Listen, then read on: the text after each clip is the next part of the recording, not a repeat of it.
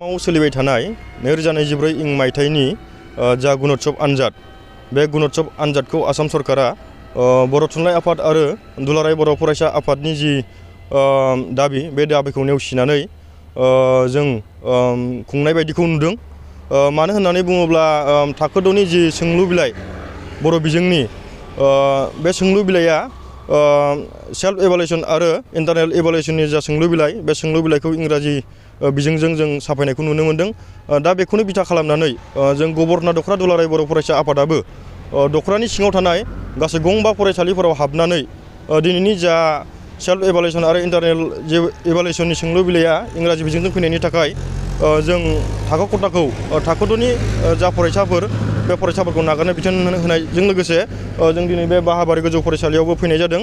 लोगोसेनो फरायसा बिथांमोनखौ जों दिनैनि जि आनजाद बे आनजादखौ लिरनायनिफ्राय गोजानाव थानो खावलायफैनाय जादों। थारैनो जों बेखौनो सानो बिथांमोना बर' बिजोंखौ सिगांनिफ्रायनो जि थासारिजों नायबोदों बेखौ नुयोब्ला दिनैनि जि थासारिखौ नायोब्ला जों माबा मोनसे खैसार दं होननानै जों बेखौनो साननो हायो। थारैनो बुंस' हाया जोङो बिथांमोना मा सानदों। बिथांमोना जुदि बेफोरबायदि लामाजों थांबाय थायोब्ला जों इयुनाव गोख्रोंनिफ्राय गोख्रोंसिन सोमावसारनो आखायाव लागोन होननानै जों बिथांमोननिसिम गोख्रोङै जों खुद्रिखाङो आरो बेखौ जों बुंस' हाया बिथांमोना मा सानदों। जाहाथे उनाव बिथांमोननि बैफोरबायदि माखासे बर' बिजोंनि हेंथा माखासे साननायनिफ्राय गोजानाव थायो बेखौ जों बिथांमोनखौ खावलायहरो।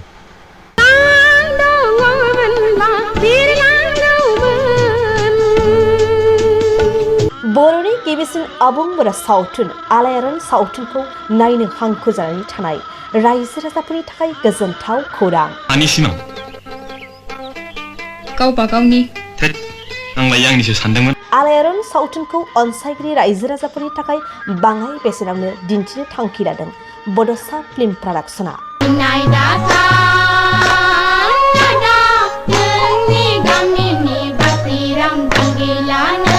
रायजो राजाफोरनि खाबुनि थाखाय क्रिसमास आरो इंराजि गोदान बोसोरजों लोब्बा लाखिनानै गोदान बोसोर 2024 इं मायथाइनि 2 जानुवारिनिफ्राय 20 जानुवारिनि गेजेराव बड'सा फिल्म प्रडाक्शना आलायारन सावथुनखौ बाङाय बेसेनाव रायजो राजाफोरनो दिन्थिनो थाखाय आखायाव लादों।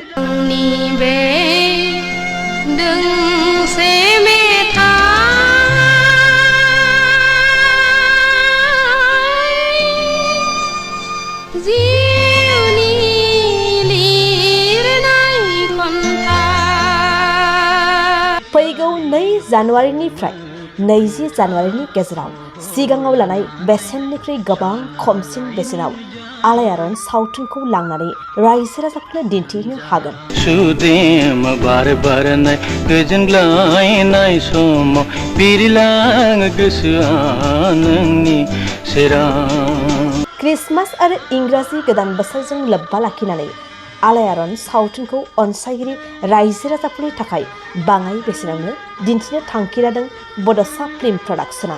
कुन्जेनि खैसाराव नोंथाङा गासनबाय, नोंथाङा गावनि खाफालखौ जाबाय। हाखौ लामारनो नाजायोब्ला बाथ्राया गाहाम जानाय नङालै।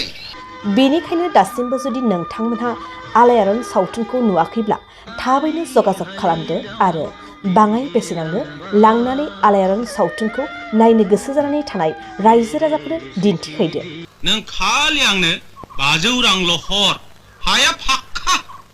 नोंथांमोना आलायारन सावथुनखौ सिगांनि बेसेननिफ्राय गोबां खमसिन बेसेनाव लांनो थाखाय 8453766183 9678616741 आरो 7896298145 मबाइल नम्बराव फोनांजाब खालामदो।